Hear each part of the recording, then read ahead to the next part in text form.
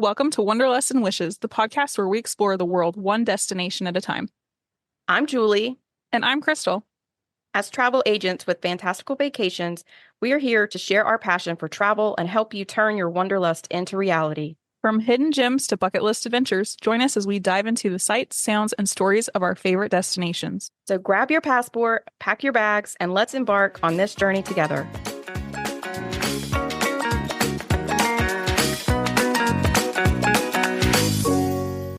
Hi, everybody. Welcome to episode 87 of Wanderlust and Wishes. Today, we're going to talk about the step-by-step process of booking a Disney cruise and kind of from start to finish, what's included. But first, we have a new review and we're so excited. Over to you, Crystal, for the review. This review is titled New Listener, and it's from Joe Roller 84. Love this podcast. It keeps the magic going between trips. Keep up the great work. Thank you so much for leaving us a review, being a new listener, and I think she also followed us on Instagram. So, Yay! Thank you. Yay, we're so excited. Thank you for your review. We appreciate it. And we're very glad that we add some magic to your week between trips and travel. That's what this is all about. Okay, so let's jump into our episode. So today, as I mentioned, we're going to kind of pull back the curtain on what actually happens from the moment you say, you know what, I think I want to do a Disney cruise, to the moment that you walk on board to the ship. I think a lot of people kind of just assume that booking a cruise is just picking a ship and then paying, and that's the end of it. But there are so many steps in between, and that's where people can get very overwhelmed. And that's why, we talked about doing episodes and kind of what things we wanted to cover. And that's one of the reasons we picked this topic, because going by step, just giving you the understanding and expectations of what happens, and also understanding where we as travel agents can really make a difference in the process. So let's start at the very beginning. When someone reaches out and says, we want to cruise with Disney, what is the first thing you do? Honestly, we typically are going to ask a lot of questions. We're going to ask who's traveling, how old are the kids, because that impacts the pricing. Have you cruised before? Do you have flexible dates? And what made you want to do Disney specifically? As far as the dates are concerned, having very specific dates can sometimes make it more difficult, because we're looking at what options of the itineraries. So usually it's going to be more of a date range. When we ask you, we're going to ask you like what time of the month, or maybe a Sunday to Wednesday, or whatever it is that you're looking for, but that's going to be important.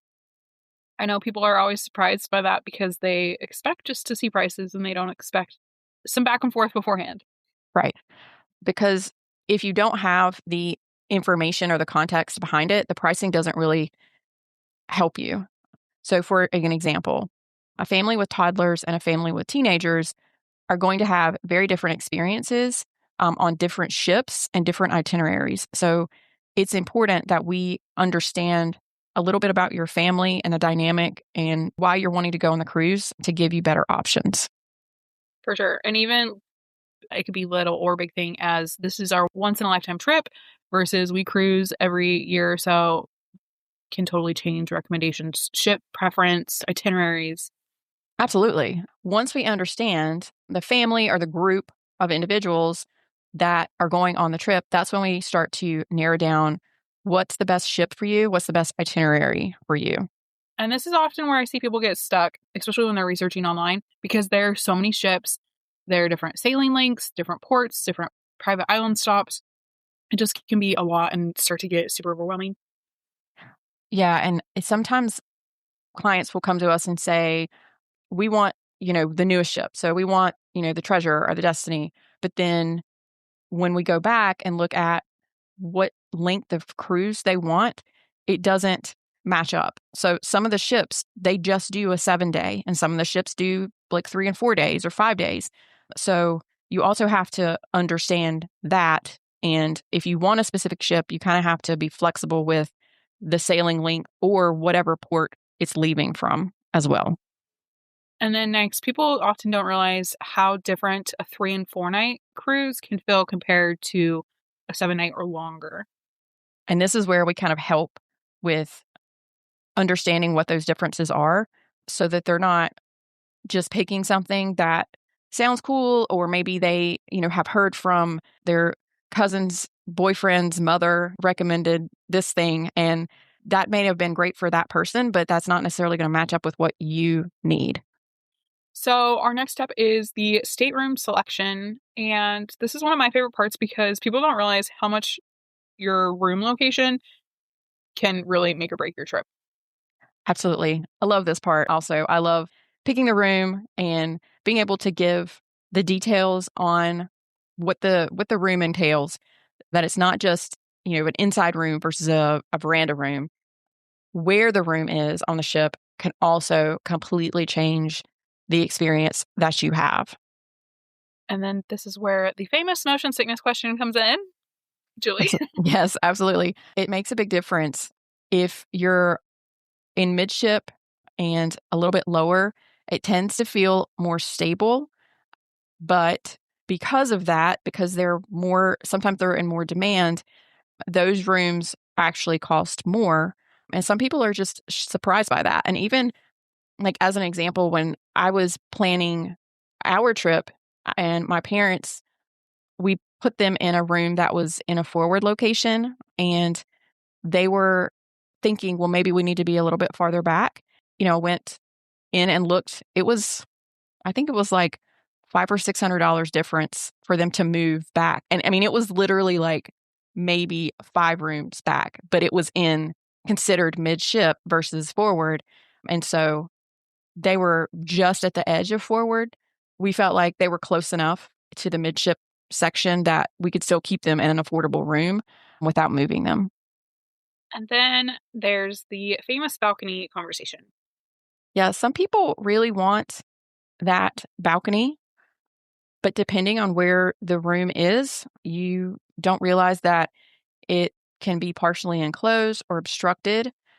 Those rooms, though, if you get an obstructed view, can save you money and still give you the balcony. But it really depends on if that is really important to you, that you do not have an obstructed view, that's going to make a difference in the price.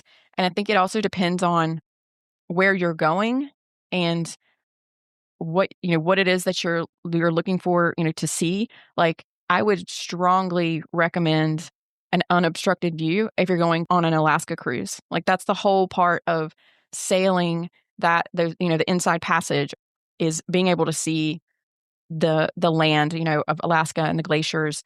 And if you have an obstructed view, you're not going to get the full experience. And then there are just even like little things like, do you want your room to be underneath the pool deck where they're sliding chairs around at 5 a.m.? Do you want to be across the hall from the laundry room where people are constantly in and out? Not on a Disney ship, but on other cruise lines. Do you want to be near the casino where there's stuff going on 24/7? So this is just where an agent can really help avoid picking a room that you might regret later on. Those are perfect examples. And a lot of times that's why those kind of middle floors are more popular, because they're in between other staterooms versus beneath activities on a higher floor. And so you just have to like kind of think about that. But some people, they don't mind that part. They would rather be closer to the activities, so they would rather have the higher floor. And it just depends on your preference.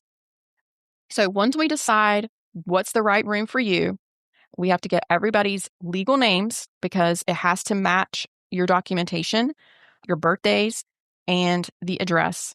We can either book the cruise if you're ready to go, or we can also place it on hold. I don't think a lot of people realize that we can put it on a hold. And this is such an underrated step of using an agent because it gives you time just to make sure you feel good about it. There's no buyer's remorse overnight. Make sure you're okaying it with your party. So this is just such an underrated step. Yeah, and that gives us time to, like Crystal was saying, it gives us time to really double check everything before you put down that deposit. Because right now there's a promotion that actually I think ends after this weekend, but that it was like 5% deposit, but most of the time Disney deposit is 10%. And so depending on your cruise, that's not a small chunk of change. And you want to make sure before you put that deposit down that you have the right room and you're happy with the cruise that's been selected. This also prevents the, oh no, I spelled someone's name wrong panic later on with someone whose name is spelled very uniquely. It's very easy, like even on like doctor things, people are always spelling it wrong. So I like this step just so I can like go through and make sure that they spelled it right, or they didn't put like Christy or with a C, or I've seen the combos, guys, it would blow your mind. But it's a very important step. Yes. My husband is a junior, so that has to match. Everything has to match. The first, middle, last name. If you have a junior, whatever your legal name is that's on your passport has to match what's in the system. Your birth dates have to match. All of that stuff has to match, or you're going to have an issue, and they're not going to allow you to check in, and then it's just going to cause problems down the road. All right. So after the hold, the next step is the deposit, which people sometimes can feel a little nervous about. Sometimes it's a pretty big chunk of change. Yeah, that's absolutely understandable. So we want to make sure that we talk you through exactly what's being charged, exactly what's optional, and what can be added later, because there's different things that you can add later on if you're not prepared or you're not ready to add them yet. Things like travel insurance, prepaid gratuities, all those little things. Sometimes some lines have a drink package that you might add on later. Those little minute details that you might forget about. We're not going to just add these things without permission, especially, the travel protection can be a pretty large amount. We're always obviously going to recommend it, and I feel like it is well worth it, especially when you're spending the amount of money that you are on the cruise. But we're not going to add that without asking you first. Same thing with your gratuities. You have the option to prepay them, but if you don't prepay them, they're going to get charged to the account, the card that's on file when you're on the ship. All right. The next step is where your guides come in and clients start to feel like, okay, I've got this. And that's kind of the goal is, giving these guides. And a lot of times I kind of do like a trickle effect where I give a little bit of information at a time so that people don't feel like they're overwhelmed. So like dumping this gigantic amount of information and expecting you to read it and internalize it at once, that can be difficult. Yeah, it can get overwhelming when you start getting bombarded. So it's a lot easier to say, you don't need to do everything right now. Here's what matters first. And we'll take it step by step. So things like your balance due dates, check-in timelines, and just making sure that you understand what documents are required. All the documents are valid and ready when it is time to do your check-in. So just understanding what's coming next. The next little part is kind of more of like a waiting period. And this is often times a step that clients don't see at all. And yeah, and obviously this also depends on like how closely you booked your cruise. But if you book it like really farther out, there's a lot of things that we're doing on the back end behind the scenes. We're going to be tracking your final payment dates. We're going to be tracking when you need to add your insurance. We're going to be tracking when you have the ability to book your excursions, because that's going to be different depending on if you're a first-time cruiser or if you've cruised, 10 or more times or, whatever. It's going to be different. And the same thing with your check-in dates, making sure you understand what those dates are. And really for first-time cruisers, setting expectations of what excursions you may potentially miss out on just because they're going to be taken and they're popular. And then also check-in dates, understanding that your boarding time is probably not going to be super early just because everyone else has already checked in by the time you check in, and you're going to have a little bit later check-in time. This also avoids clients waking up in a panic thinking, did I miss something? Right. I mean, that's really the whole point of us taking care of that stuff for you, and sending you those reminders and making sure that you don't feel stressed out about those dates and that you have to keep up with it, because we're going to do that for you. So speaking of excursions and onboard activities, this part often feels very exciting, but can also be a little bit stressful.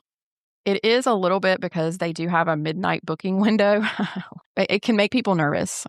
Yeah, especially those first timers. But we will kind of go through and help decide what's actually worth booking ahead of time. And kind of like I was mentioning earlier, just kind of setting expectations for what will probably still be available. And then also, things that you can maybe skip and either book on the cruise or just skip altogether. Especially for shorter cruises, you don't want to pack in so much that it's overwhelming what you're on the ship and that you don't have time to do anything else.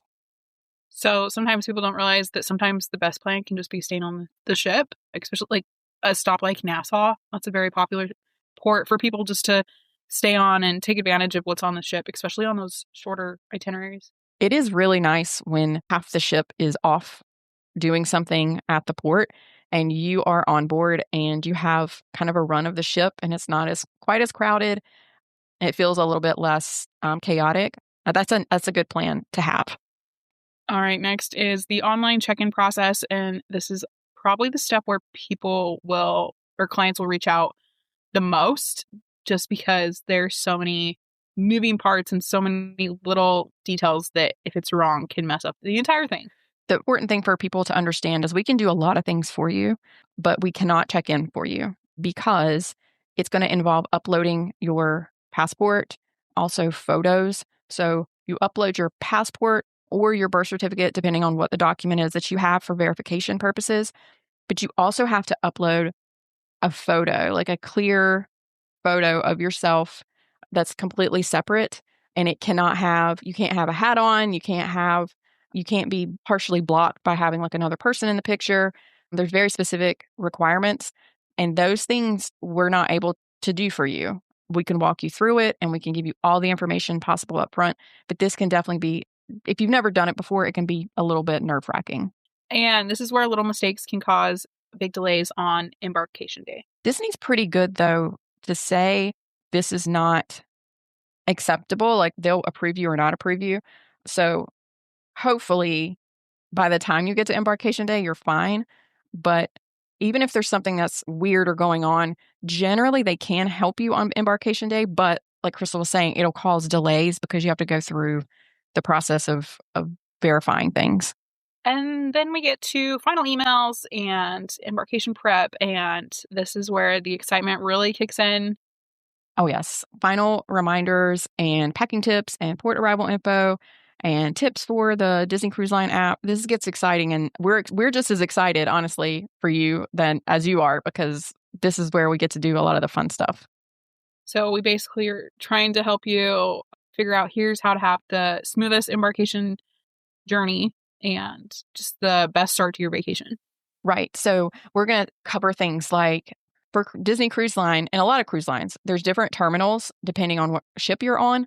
So we're going to make sure that we help you with that, understand where you're going, making sure that you know tips on getting there and parking, hopefully making your embarkation day go as smoothly as possible because it does kind of set the tone for the entire cruise. If you have a rough day, that first day, it can take you a little bit longer to kind of relax and decompress from whatever was happening on embarkation day. So if you get on the ship and it goes really smoothly, that just helps with the excitement level. So wrapping this up with the big question and a shameless plug, why should someone use a travel agent that specializes in Disney destinations? Well, you're not going to be paying anything extra to do so. You're getting guidance, the organization, the reminders, and really like we're kind of your little like right hands. We're the little like, travel agent on your shoulder that's helping answer questions or calming you down if you stress out about something. We're giving you that support from the beginning to the end. It just really helps make everything go really smoothly. And all of our Disney cruisers, as a thank you, we give you a special onboard credit just for using us and booking with us. It's up to $1,000 depending on the price of the cruise. And it can really be used for pretty much anything, drinks, excursions, spa services, souvenirs. You have that as an option to use. But honestly, I think the biggest benefit is the peace of mind that we're taking care of it all. Vacations should be exciting and not stressful, especially with a cruise. It's kind of like you're going on this kind of all-inclusive type vacation and having this great experience. We can help you through understanding all of the different things. Also, the things that set Disney apart. We've talked about this before that like they have rotational dining. It's not the same as other cruise lines where you have the big dining room and everybody just goes in there. They do have their specialty restaurants, which we could talk through. just in general, just giving you tips on how best to navigate the whole process. In closing, and to wrap up, if you've ever looked at booking a Disney cruise, and even if you've done it, before and you're not a first-time cruiser and you still feel a little overwhelmed, or it's just one more thing on your to-do list that you just have a busy life, have all these other things going on, but you really want to have this vacation, this is really your sign that you don't have to do it alone, that we're here to help you and would love to get you on the best cruise and itinerary for your family or your group that's going. And if you are thinking about cruising and have any questions, please reach out. We always are happy to help. Our email is wanderlustandwishespodcast@gmail.com. You can slide into our DMs, whatever you'd like to do. We are here for you. Disney Cruise Line right now has itineraries open through like mid-2027. So if you are thinking of going on a cruise, really, even if it's next year, booking now is going to be your best option for the best pricing and also for the most availability. If you're looking for a veranda room and you don't want to obstruct it and you have motion sickness and you need to have that middle of the ship room, this is when you have that availability to book whatever stateroom is going to be best for your family. As always, if we book and then there's a promotion that comes out, we're going to apply that promotion when that comes out. If there's anything that we can do to save you money on your cruise, we're going to do that. Thank you so much for listening, everyone. And we hope that this episode has been helpful. We also hope that you have a fantastic week coming up. And we'll talk to you next week. Bye.